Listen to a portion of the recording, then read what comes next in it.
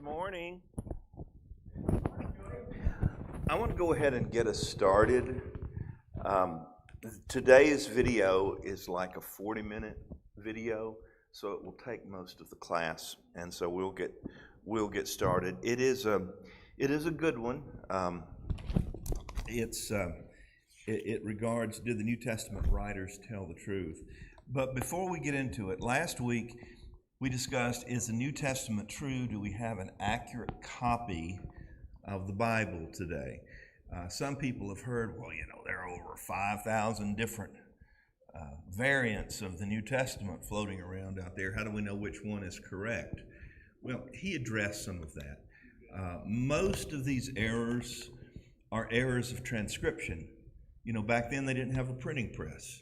And so when people were copying the scripture, they were very careful about copying it. But sometimes you make an error.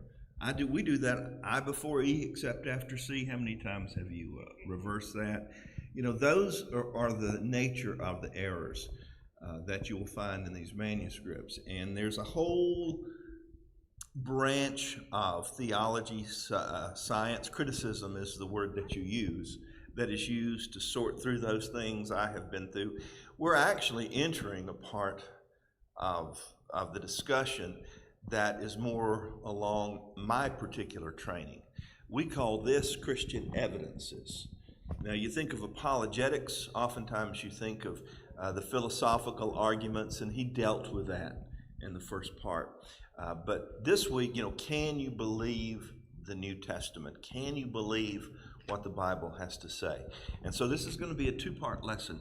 Do you have any questions about the other before we start this week? All right, let's begin.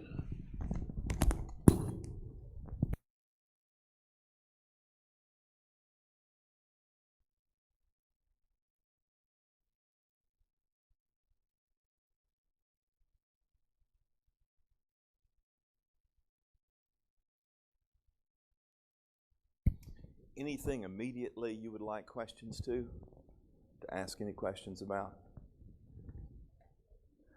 All right, he mentioned it again this week about the first century Mark manuscript.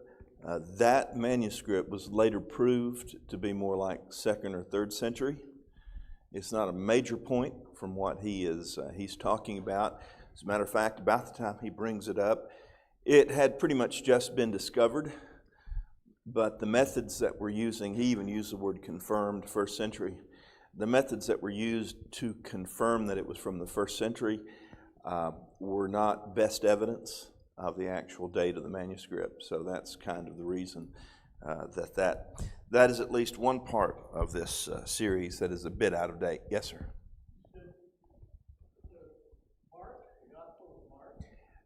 He brought up last week that they had just found and dated a papyrus, a part of a papyrus manuscript, a piece of the Gospel of Mark from the first century, and that the dating is incorrect on that. Well, then how do you explain the synoptic Gospels, Matthew and Luke, had parts of Mark in it when it hasn't been written? Oh, it was written in the first century. Oh, okay. He's talking about an actual manuscript going back to that time.